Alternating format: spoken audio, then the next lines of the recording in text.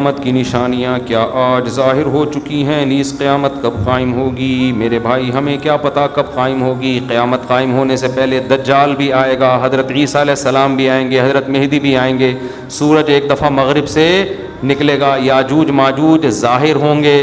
کچھ قیامت کی علامتیں تو ظاہر ہو چکی ہیں۔ حدیث میں آتا ہے عرض حجاز سے ایک آگ نکلے گی جو اونٹوں کی گردنوں کو روشن کر دے گی۔ یہ 7ویں صدی ہجری میں یہ آگ نکل چکی ہے، تقریباً محدثین کا اتفاق ہے۔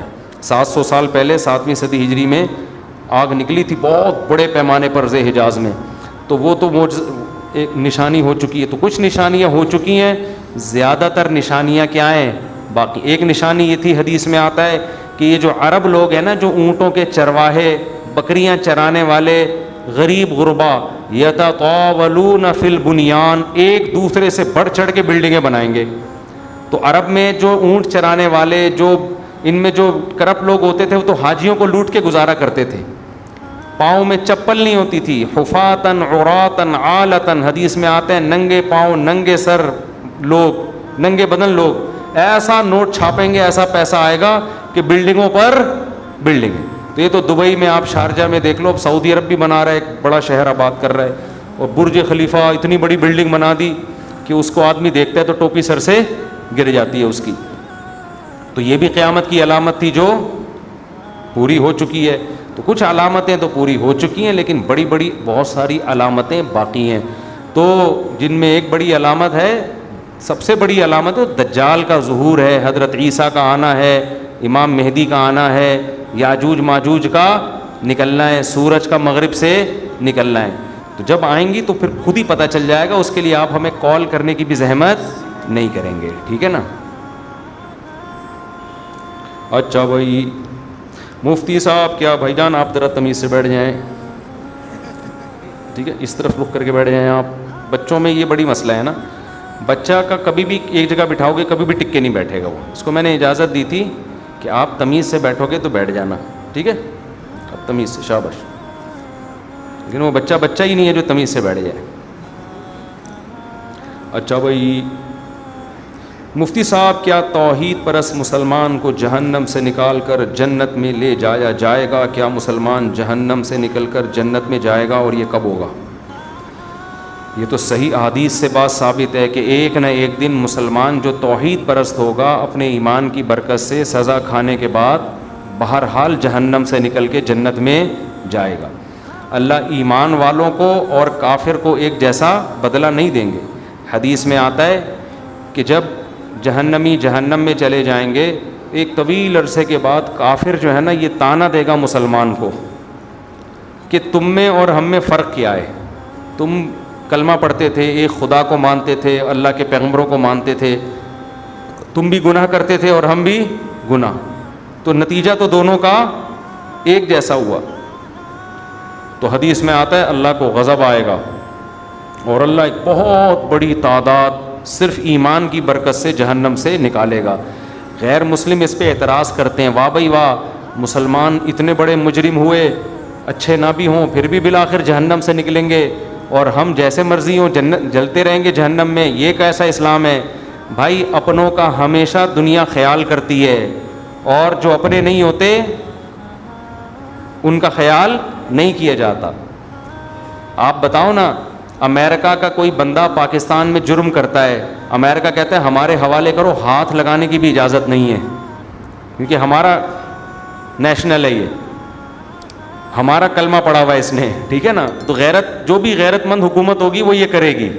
تو اللہ کہتا ہے گنہگار تھا، مانتا تو تھا نا کہ میں ہوں، میں نے نعمتیں دی ہیں، گناہ کا اعتراف بھی کرتا تھا، اور تم تو مانتے ہی نہیں تھے کہ کوئی جنت بھی ہے کوئی جہنم بھی ہے، تم تو مذاق اڑاتے تھے ان چیزوں کا، قبر کا عذاب، اور تم تو ڈاروین اور سائنسدانوں کے پیچھے پڑے ہوئے تھے، تو جاؤ انہی سے جا کے مانگو، سمجھتے ہو؟ تمہیں ڈاروین نے الٹی پٹیاں پڑھا دی تھیں کہ یہ مرغی خود بنی ہے، یہ انڈے، یہ جو مرغی 21 دن انڈے سیتی ہے نا اور گھماتی رہتی ہے، یہ اس کی کھوپڑی میں آٹومیٹیکلی آ گیا تھا۔ یہ بکری کا بچہ پیدا ہوتے ہی جو تھنوں کی طرف لپکتا ہے، یہ ایوولوشن کا نتیجہ ہے، ایوالو ہوئے، یہ اتنے سمجھدار ہو گئے، پیدا ہوتے ہی تھن تلاش کر رہے ہیں۔ سبحان الذی خلق الازواج کلھا، اللہ کہتے ہیں پاک ہے وہ ذات جس نے ہر چیز کے نر مادہ جوڑے بنائے۔ ایوالو ہونے کے نتیجے میں نر مادہ کیسے بن گئے؟ کیا ہو گیا بھائی؟ یہ سائنس اتنی ذہین ہے, نیچر اتنی ذہین ہے کہ ہر چیز نر اور مادہ میں ڈیوائڈ ہو گئی ہے, پھر ان کا ملاپ ہوتا ہے, بچے پیدا ہوتے ہیں. یہ ایوولوشن کا نتیجہ نہیں ہو سکتا کہ کسی نے بنایا ہے. تو ہم تو بھائی اس بنانے والے کو مانتے ہیں کہ مرغا مرغی خود نہیں پیدا ہوئے, اس کے نتیجے میں انڈا آٹومیٹیکلی وجود میں نہیں آ رہا. اس انڈے میں ایسے سافٹ ویئر کہ مرغی انڈا دینے سے پہلے چھپتی ہے کہاں جا کے دینا ہے. اس کو پہلے سے پتا ہے کہ یہ انڈے سے کیا نکلے گا, بچہ نکلے گا, حالانکہ اس نے کسی سے سیکھا نہیں ہے. ایوالو اگر ہو رہی ہیں چیزیں تو باڈی میں تبدیلی آئے نا. کھوپڑی کہاں سے اتنی ترقی کر رہی ہے؟ بتاؤ, کسی کو ہنر سکھائے بغیر خود کوئی سیکھ لیتا ہے؟ ڈرائیونگ کی سیٹ پہ بٹھا کے چلوانا پڑتا ہے تو جا کے انسان ڈرائیونگ سیکھتا ہے, جو بالکل سادہ سا کام ہے. مرغی نے انڈوں کو 21 دن بیٹھ کے سینا کہاں سے سیکھ لیا؟ اور اس کو یہ بھی پتا ہے اس کو کیا کرنا ہے, یہاں سے بھی پکانا ہے, اب یہاں سے بھی پکانا ہے اس کو, ٹھیک ہے نا. اور ایسے قربانیاں دے کے بچے نکالتی ہے, پھر ایسے ان کی پھر دانا توڑ توڑ کے ان کے منہ میں ڈال رہی ہے. پہلے ان کو کھلاتی ہے پھر خود کھاتی ہے. یہ سب چیزیں ایوولوشن کا نتیجہ نہیں ہے. تو جو کہتے ہیں ایوالو ہوا ہے سب کچھ, اللہ کہے گا جاؤ اس فطرت سے ہی اپنا بدلہ لو. ڈاروین تمہارا باپ, وہ تمہیں بتائے گا جنت کیا ہے اور جہنم. جو اللہ کو مانتے تھے کہ یہ سب کسی کا پیدا کردہ ہے, اللہ کہے گا آج جنت انہی کے لیے ہے, ان کے علاوہ کسی اور کے لیے نہیں ہے. تو جتنا اچھا عمل کر لو, جنت بنائی اللہ نے ہے, تو اس کو نہیں مانو گے تو وہ پہلی شرط ہی نہیں پائی جاتی. آپ کسی ملک کے شہری ہیں, بہت اچھے طریقے سے رہ رہے ہیں, آپ سعودی عرب میں رہ رہے ہیں, قانون کو فالو کر رہے ہیں, ریڈ پہ رک رہے ہیں, گرین پہ چل رہے ہیں, بادشاہ کے حق میں تقریریں کر رہے ہیں. ایک دن کسی شرطے نے بولا تمہارے پاس اقامہ ہے یہاں رہنے کا؟ ہے بھائی. آپ نے کہا اقامہ تو نہیں, میں تو سرنگ بنا کے بارڈر کراس کیا ہے میں نے, اللیگل رہ رہا ہوں. کہے گا بھائی اللیگل نہیں ہوتا, آپ کتنے اچھے ہیں, نکلو یہاں سے. تو جو اللہ کو مانتا ہی نہیں ہے میرے بھائی, وہ تو نیشنل ہی نہیں ہے نا, اس کو تو قومیت ہی نہیں ملی ہے.